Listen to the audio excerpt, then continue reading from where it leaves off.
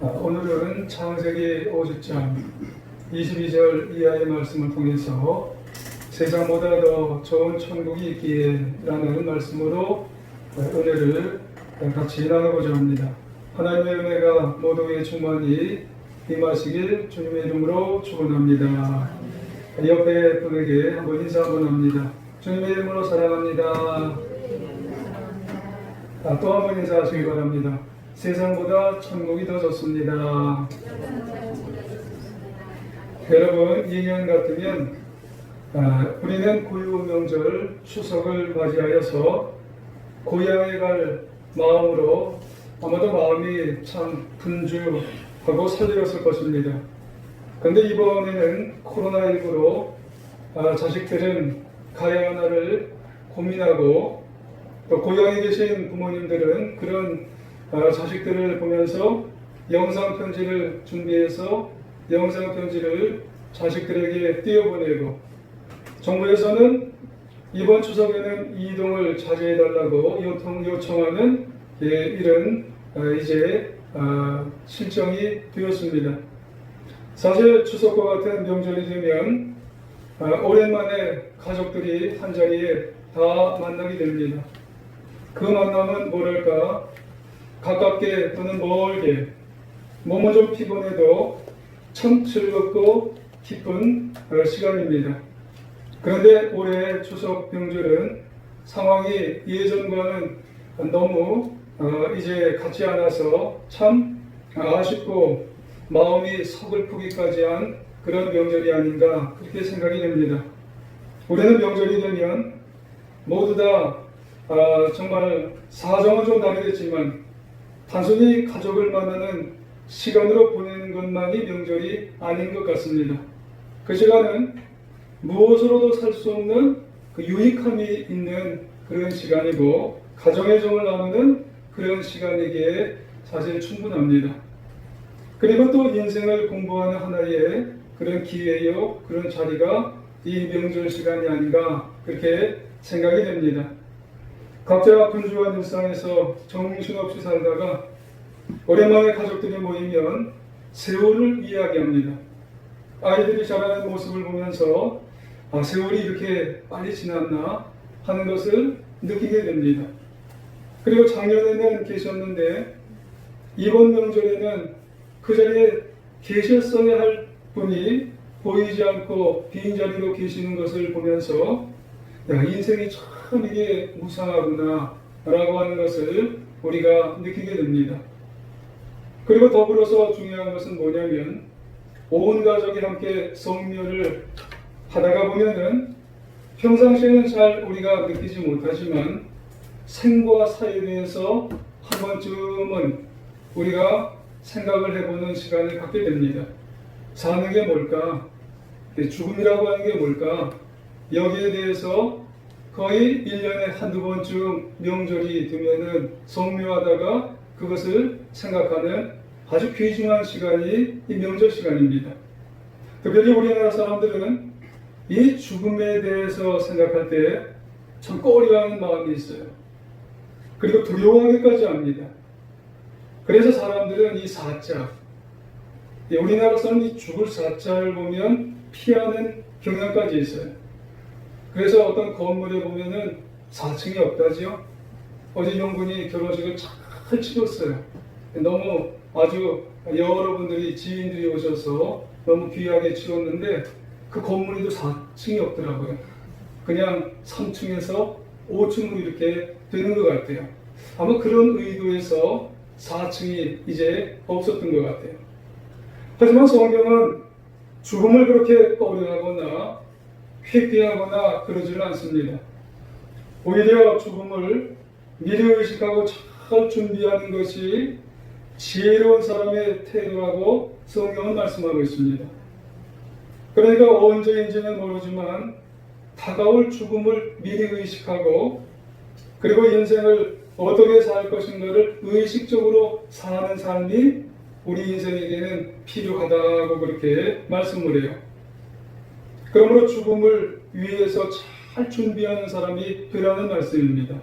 왜냐하면 우리에게 죽음은 마지막이 아니기 때문에 우리가 인생을 살면서 죽음을 위해서 잘 준비하는 사람이 그 사람이 지혜 있는 사람이라고 그렇게 말씀합니다.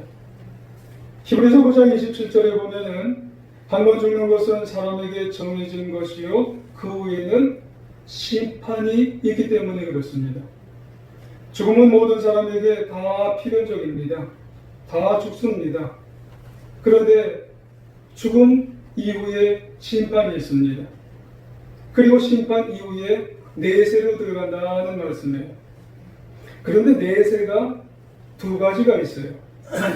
하나는 천국이고 하나는 지옥입니다. 다른 장소가 없어요.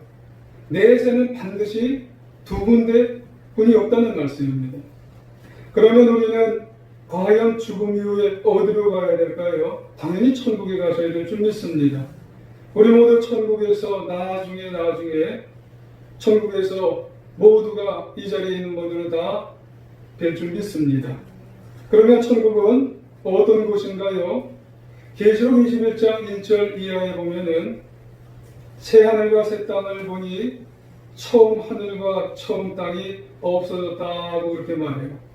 그러니까 나중에 재림하신 예수님이 오시면은 그때 천국도 이렇게 같이 오는데 그때 하나님이 그 천국에 함께 계세요. 그러니까 천국에는 누가 계신 곳이에요? 하나님이 함께 계신 곳입니다. 그리고 그곳에는 모든 눈물을 그 눈에서 닦아주시는 곳이에요. 그 눈물은 상징적으로 세상에서 당하는 고통, 세상에서 당하는 슬픔, 세상에서 당하는 불행과 그리고 우리의 마지막 죽음이 그곳에서는 다 없어요. 그것으로 인해서 모든 눈물을 다 씻어주시는 그것이 바로 천국이기 때문에 다시는 사망이, 애통이, 곡하는 것이, 아픈 것이 없는 것이 그것이 바로 천국이구나. 그것이 바로 이 믿는 우리가 가야 할 천국이라는 말씀입니다. 그러니까 온갖 죄악으로 인한 고난과 모순이 다 그곳은 사라지고 할렐루야 선과 아름다움과 기쁨과 행복만이 가득한 것이 바로 그것이 천국이라는 말씀입니다. 그리고 또 계시록에 보면은 여러 군데가 있지만 특별히 계시록 22장 1절 이하에 보면 그곳에는 생명수강이 흘러넘친답니다. 하나님의 어린 양의 보호자로부터 막 흘러넘친대요. 이 생명수강이 뭘까요? 생명수강은 그 물을 계속 우리가 먹을 수 있는 그 강이 계속 흘러넘치는 거예요. 어디서 그 생명수가 나온다고요? 하나님과 어린 양이 앉은 보좌로부터 계속 흘러나오는 거예요. 흘러나와서 어디로 그 물이 흘러나가요? 이 백성들이 있는 그 대로 중앙으로 계속 흘러 내려가는 겁니다. 그래서 길 가운데로 흐르는데 강 좌우에는 생명나무가 12그루가 있는 거예요. 달마다 그 열매를 맺고 그 나무 잎사귀는 만국을 치료하는 열매가 잎사귀가 그 천국에는 있다는 걸 말씀해요. 그런데 그 생명나무는 더 트리 오브 라이프라고 해서 이 나무는 원래 어디 있었던 나무냐면요 아주 옛날에 에덴 동산에 있었던 나무예요. 그래서 아담과 하와가 그것을 계속 먹었으면 영원히 살 수 있었을 텐데 이 아담과 하와가 죄를 졌잖아요. 그래서 아담 이후에 이 생명나무가 금지가 됐었어요. 그런데 이 천국에 가면 이 생명나무를 계속 먹어서 영육간의 완벽한 삶으로 치료가 돼요. 헬라어로 테라피오라고 하는 그런 말이에요. 영도 계속 치료가 되고 육도 계속 치료가 돼서 영원한 삶을 누릴 수 있는 곳이 어디예요? 천국이라는 말씀입니다. 그래서 다시 저주가 없으며 그래서 그곳에 가면 하나님의 얼굴을 보는 거예요. 여기서 하나님의 얼굴 본 사람은 없죠. 근데 그곳에 가면 하나님의 얼굴을 진짜 대면하는 거예요. 진짜 대면 예배를 드리는 겁니다. 그래서 그의 이름도 그들의 이마에 다 있는 거예요. 그래서 우리가 그 천국에 가면 천국 예배 드릴 때 내 이마에 하나님 각 그렇게 쓰여 있는 게 아닙니다.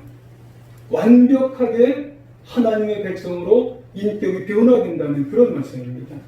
그래서 다시는 밤이 없겠고 등불과 햇빛이 쓸데가 없대요. 왜요? 하나님이 빛이기 때문에. 그래서 세세토록 왕노릇한다는 겁니다. 그것은 그곳에 가서 우리가 누구를 지배하는 게 아니에요. 누구를 지배할 수가 없죠. 왜냐하면 거기에는 계급이 없기 때문에 그렇습니다. 이것은 하나님의 자녀로서 그분의 영광 안에서 영원히 복된 삶을 죽지 않고 그 천국에 살 수 있는 그곳이 바로 어디예요? 그곳이 바로 천국인 줄 믿습니다. 아무쪼록 우리는 나중에 한 번은 다 죽어요.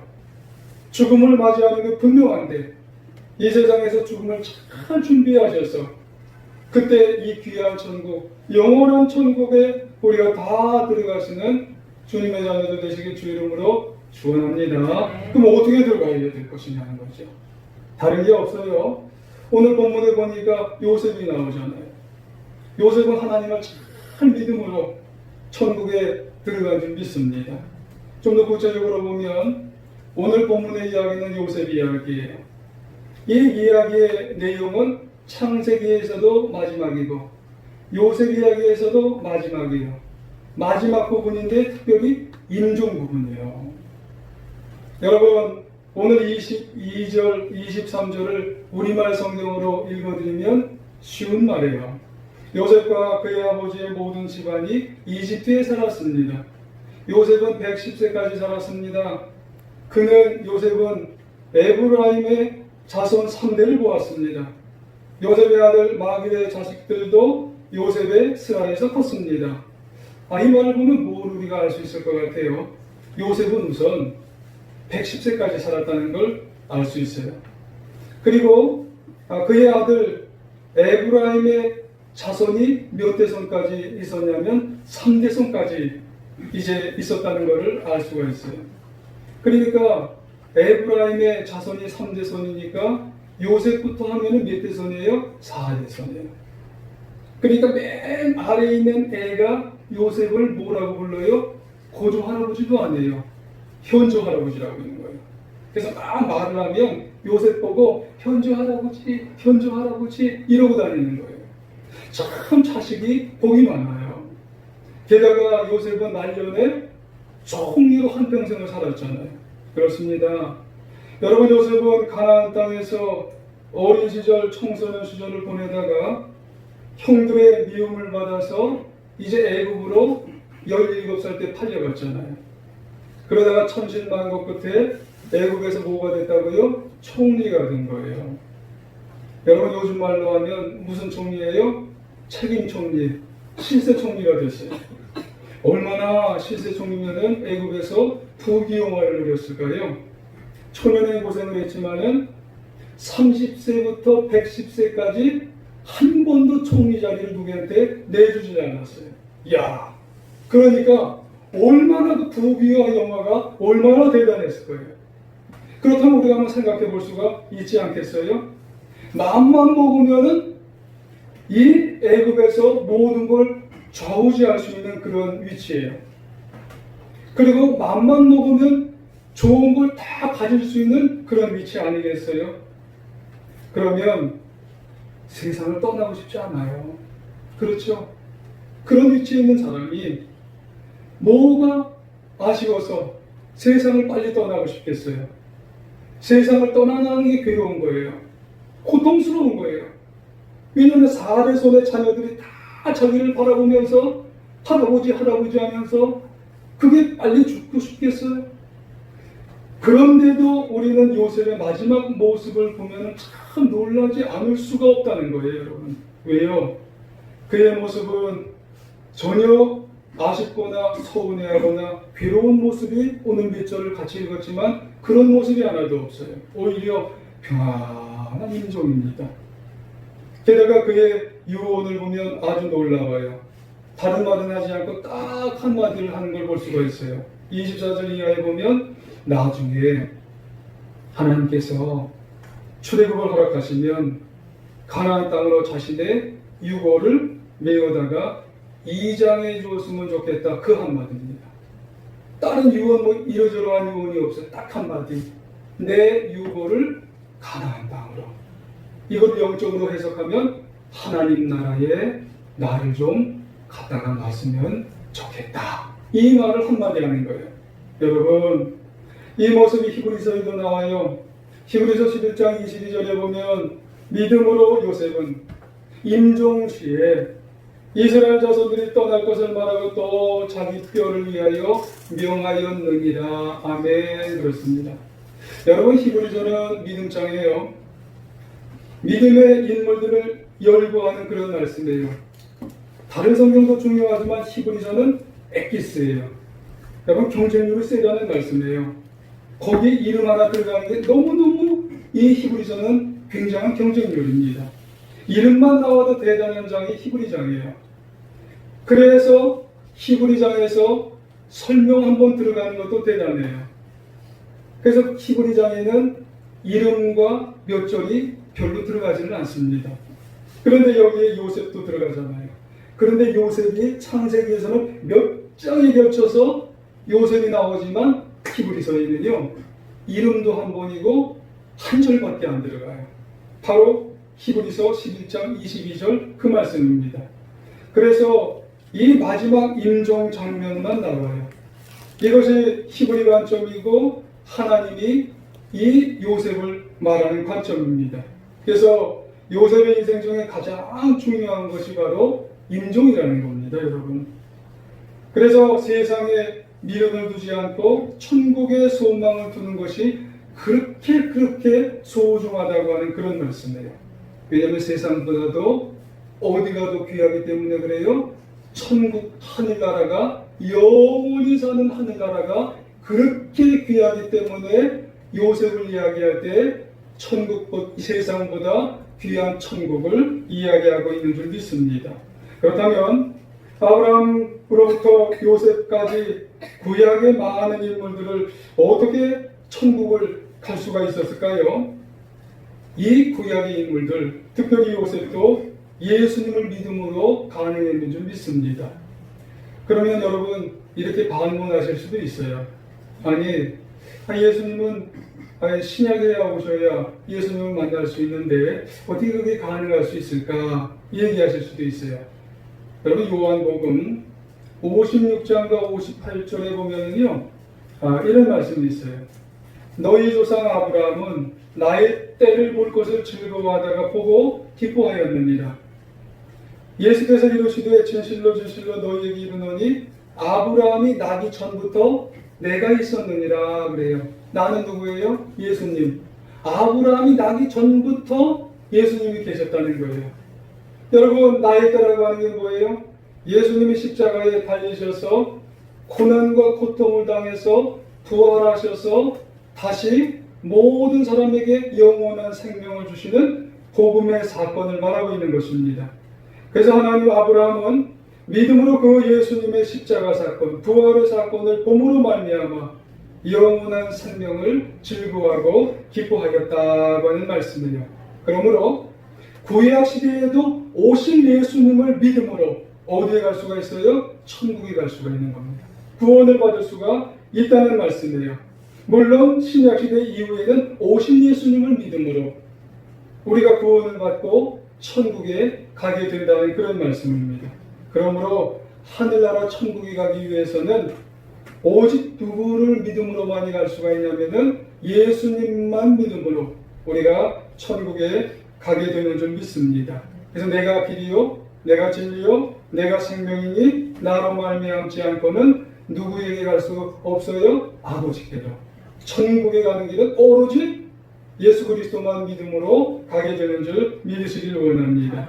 여러분, 그러므로 우리 모두 예수님의 나를 위해서 십자가에 피 흘려 죽으심으로 다시 부활하셔서 나의 구주가 되심을 반드시 믿으심으로, 그래서 반드시 천국 백성이 되시는 하나님의 자녀들이 다 되시기를 주님의 이름으로 부탁을 드리겠습니다. 그렇다면 세상보다 더 좋은 천국을 우리가 확신한다면 우리가 이제 남은 인생이 우리에게 문제입니다. 어떤 분은 좀 많이 남으실 수도 있을 것이고 어떤 분은 좀 적게 남으실 수도 있으세요. 이 남은 인생을 우리가 어떻게 살아야 될까요? 여러분, 여러 가지가 있겠지만 크게 세 가지를 한번 생각해 보겠습니다. 첫 번째로, 천국을 확신하는 사람은요, 자족하는 삶을 살 수가 있어요. 흔히 이 세상을 살 때 보통 사람들은 환경이 좋으며 좋아지면 우쭐대는 사람이 있어요. 그리고 교만해지기까지 하는 사람이 있어요. 형편에 따라서 울었다 웃었다 하는 사람이 있어요. 하지만 예수님의 그 생명수와 같은 기쁨, 천국의 영원한 기쁨이 있는 성도는 환경에 따라서 좌우가 안 돼요. 교만해지지를 않아요. 늘 겸손합니다. 낙심하지를 않아요. 그리고 기죽지를 않아요. 늘 감사함으로 자족하며 살아가시는 줄 믿으시기를 원합니다. 왜요? 마음속에 항상 살아계신 부활하신 주님의 기쁨이 내 속에 있기 때문에 그렇습니다. 영원한 하늘나라의 소망을 내가 품고 살아가기 때문에 환경 때문에 너무 좌우지되지 않는다는 말씀이에요. 그런 의미에서 오늘 요셉을 한번 보세요. 요셉은 어릴 때 아버지 집에 있을 때든지 애굽으로부터 팔려와서 보디발 집에서 종살이 할 때든지 무고하게 감옥에 갇혔을 때든지 아니면 그러다가 급기야는 하나님이 역사하셔서 총리로 80년 동안 실세 총리로 궁궐에서 살 때든지 중요한 것이 하나 있어요. 뭐냐면은 흔들리지를 않아요. 여러분 요셉 우리가 아시지만 그가 흔들리지를 않았어요. 특별히 여러분 애굽만 놓고 한번 보자고요. 그가 초기에 얼마나 궁핍했나요? 근데 기가 안 죽는 거예요. 그리고 나중에 여러분 총리가 되어서 부유해졌잖아요. 근데도 사람들이나 형제들이 찾아왔을 때에도 교만해지지를 않는 거예요. 왜 그러냐면 그의 마음속에는 살아계신 하나님, 더 나아가서 저 살아계신 천국, 가나안 땅을 늘 소망하기 때문에 변함이 없어요. 자족할 줄 알아요. 여러분 그런 모습이 누가 그런 모습을 인생을 사냐면 천국을 소망하는 사람이 여러분 흔들림 없이 당당하게 담대하게 여러분 인생을 살아가게 되는 줄 믿으시기를 원합니다. 어느 한 여객선이 항해를 하다가 갑자기 폭우를 만났답니다. 침몰의 있었어요. 승객들은요 이거저거 뛰면서 사느냐 죽느냐를 외치면서 아수라장이 되었대요. 근데 어떤 지극한 어르신 한 분이 너무 침착한 거예요. 너무 평안한 거예요. 그래서 주위 사람들을 다독이면서 인도를 하는 그런 노인 한 분이 계셨답니다. 그분으로 인해서 이 구조선이 오기까지 그 배를 잘 이제 마무리를 하는 거예요. 분위기가 진정됐을 때 한 승객이 노인에게 다가와서 여쭈어봤어요. 어르신은 어떻게 그렇게 동요하지 않고 어떻게 잘 그 모든 것을 그 폭우 가운데서도 그렇게 잘 하시느냐고. 그러니까 노인 한 분이 그분이 빙그레 웃으면서 이렇게 대답을 했대요. 지금 난 둘째 딸을 만나러 간다고. 첫째 딸은 작년에 천국에 갔다고. 그러면서 이런 얘기를 계속해요. 만약에 배가 침몰해서 죽으면 나는 첫째 딸 만나면 가면 되고, 그리고 만약에 구조되면 나는 둘째 딸 만나러 가면 된다고. 그러면서 말을 하는 게 너무 평안하게 말을 하는 거예요. 여러분 왜 그렇겠어요? 마음속에 천국 소망이 분명하기 때문에 그런 줄 믿습니다. 우리도 다 이런 상황은 아닌 것 같지만 여러분 인생이 바다라고 하잖아요. 이 세상에 사는 동안에 마음속에 천국이 있으면 여러분 평안하게 살 줄 믿습니다. 우리 인생 오늘 2번 찬양을 했잖아요. 438장 높은 산이 거친 들이 초막이나 궁궐이나 내 주 예수 내 마음속에 모시고 정말 천국을 바라보면서 확실하게 내가 영원한 천국을 사모하며 살아가면 여러분 천국을 확신하면 어떤 형편에서든지 자족할 수 있어서 흔들림 없이 여러분 인생을 승리하며 살아갈 줄 믿습니다. 두 번째로 천국을 확신하는 사람은 인내하는 삶을 살 줄 믿습니다. 여러분 이 인내라고 하는 말이 뭘까요? 어떤 괴로움이나 어떤 어려움 속에서도 그것을 이기며 살아가는 것이 인내라는 말입니다.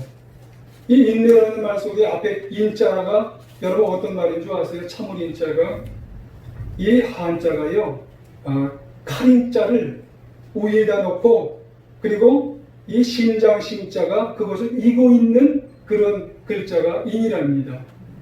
여러분 누군가 심장에 칼을 겨누고 있어요. 얼마나 힘들겠어요. 근데 그것조차도 우리가 그런 힘든 모습의 인생을 잘 견디고 살아가는 것이 그것이 인내라는 거예요. 너무너무 힘들어도 그걸 잘 인내하고 견디고 살아가는 것이 인내라는 겁니다. 어떻게 그럴 수 있을까요? 무엇 때문에 그럴 수 있을까요? 소망이 있기 때문에 그런 겁니다. 확신이 있기 때문에 그런 것입니다. 그렇기 때문에 견딜 수 있고 그렇기 때문에 인내할 수 있는 거예요. 여러분 인생에는 수많은 고통의 문제가 있답니다. 그것을 생로병사라고 하면 맞을까요?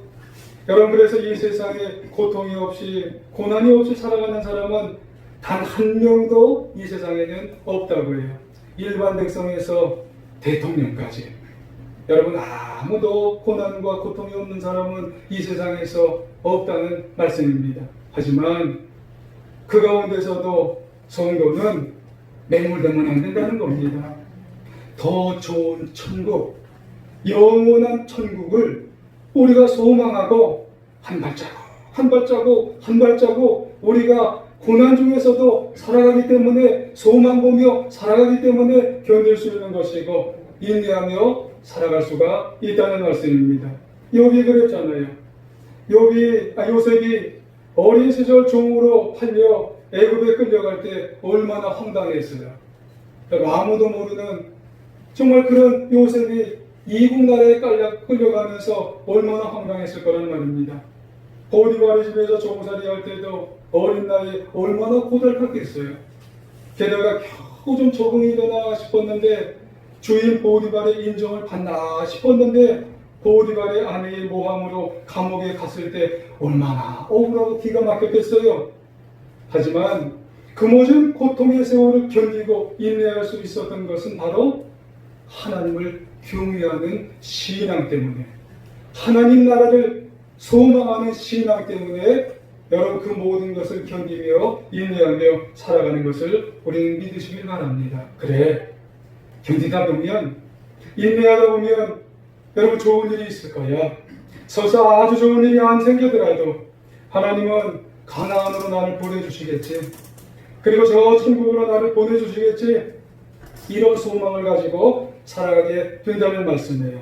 그래서 결국 하나님은 섭리하셔서 뭐가 되게 하셨어요? 총리가 되게 하시고 그리고 나중에 결국 가나안 땅에 보내주시고 영적으로 보면 천국에 들어가게 평안히 들어가게 하시는 줄 믿습니다. 소망을 가져야 돼요. 가나안 땅에 대한 소망, 저 천국에 대한 소망을 가지고 살아서 결국은 우리가 이 남은 인생 잘 견디고 승리하며 살아가는 하나님의 자녀가 되시길 주의 이름으로 축원합니다. 로마에 가면은 카타콤이 있답니다. 들어보셨죠? 그곳은 네로 황제를 위시해서 로마의 많은 황제들이 백성들에게 자기를 신으로 섬기라는 거예요. 근데 자기를 경배하지 않고 이제 하나님만, 예수님만 구주로 섬기는 그러한 사람들이 그 지하 감옥에 들어갔던 사람들이 있어요. 그것이 카타콤입니다. 학자들이 그곳의 유골을 연구해 보았는데 그 사람들이 너무너무 체구가 작은 거예요. 그리고 연구해 보니까 그 곳에 있었던 사람들이 거의 다 실명을 했다는 겁니다. 그럼에도 불구하고 그들은 그 큰 고통의 길을 걸으면서도 항상 누구 편을 들었어요? 주님 편을 들었어요. 그리고 고통의 길을 당당하게 담대하게 이제 그 길을 걸어갔던 사람들이 그 카타콤 속에 있는 그런 사람들입니다. 시간이 흘렀습니다. 예수님 모시고 313년 콘스탄틴 대제가 신앙의 자유를 선포했어요. 이 예수님을 믿어도 된다고 그렇게 선포를 했어요. 그런데 군인들이 선포하니까는 사람들이 그래도 믿지는 못하는 거예요. 그리고 카타콤 속에 있는 사람들이 30년이 지났는데도 그것을 견디면서 인내해서 나오지를 않았어요. 왜 그럴까요? 예수님을 믿는다는 게 무엇인지를 신앙을 지켰기 때문에 결국 그들은 세상보다 더 좋은 영원한 천국을 얻었기에 견디고 결국은 인내하여서 승리하는 삶을 택하였다고 하는 그런 말씀입니다. 여러분, 우리도 마찬가지입니다. 너나 할 것 없이 예외 없이 인생을 살다 보면 고난이 옵니다. 눈물도 흘립니다. 고통도 옵니다. 하지만 천국에 가면 고난과 눈물과 고통이 없는 그곳에 우리는 거하게 되어줄 줄 믿습니다. 그래서 계시록 아까 21장 4절에 보면 모든 눈물을 그 눈에서 닦아주시니 다시는 사망이 없고 애통하는 것이나 곡하는 것이 다시 있지 아니한다고 말씀합니다. 소망을 가지시기 바랍니다.